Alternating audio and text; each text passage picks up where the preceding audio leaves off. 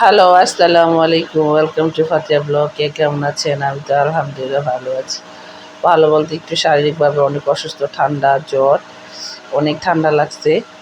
তো সকাল সকাল চলে আসছি গ্যাস দিতে ফার্মেসিতে। তো গ্যাস দিব ২ বেলা। দেখি মানে ঠান্ডার জন্য রাত্রে ঘুম আসতে পারি না, এত অবস্থা খারাপ হইছে। মানে সারা রাত্র ঘুম আসে, সারা রাত দিন অবস্থা খারাপ। তো সকাল চলে আসছি গ্যাস দিতে। মেয়েরও যা অবস্থা আমারও তা অবস্থা। তো গ্যাস দিব সকালে আর বিকালে ২ দিন দেখি গ্যাস দিয়ে দেখি কমে কিনা। তো আমি দেওয়ার পর আমার মেয়ে দিবে। তো এই তো মেয়েরও গ্যাস দিয়ে নিছি। মানে হঠাৎ করে ঠান্ডা বেশি লেগে গেছে। তো গ্যাসটা দিলে মনে হয় একটু ভালো হবে। এই অবস্থা।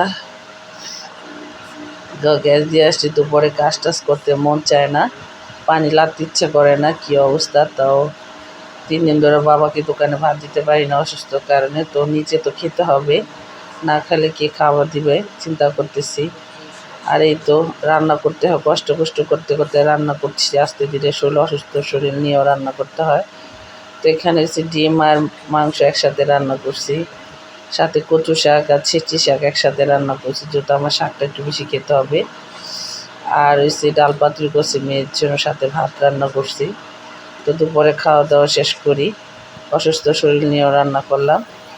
তো একটু শুয়েছিলাম, মানে ঘুম তো আসেই না কাশের জন্য, ঠান্ডার জন্য অবস্থা একেবারে খারাপ। তো আবার নামাজ পড়ে আবার চলে আসছি গ্যাস দিতে ফার্মেসিতে, দেখি আবার কমে কিনা। গ্যাসও দিতেছে, তাও কমতেছে না। চেষ্টা তো আবার সকালে দিব। সবাই আমার জন্য দোয়া করবেন, আমার মা মেয়ে দুজনে যেন তাদের সুস্থ হয়ে যেতে পারি। এত খারাপ লাগতেছে। তো মেয়ে আবার হঠাৎ বায়না করছে ফুচকা খাবে, ফুচকা দেখছে। তো ওর জন্য ২০ টাকার ফুচকা নিয়ে আসলাম, সে ফুচকা খাবে। এই তো আমি খাবো না, মেয়ে খাবে। যাই হোক, ভিডিওটা ভালো লাগলে লাইক করবেন, শেয়ার করবেন, আমাদের জন্য দোয়া করবেন। আল্লাহ হাফেজ।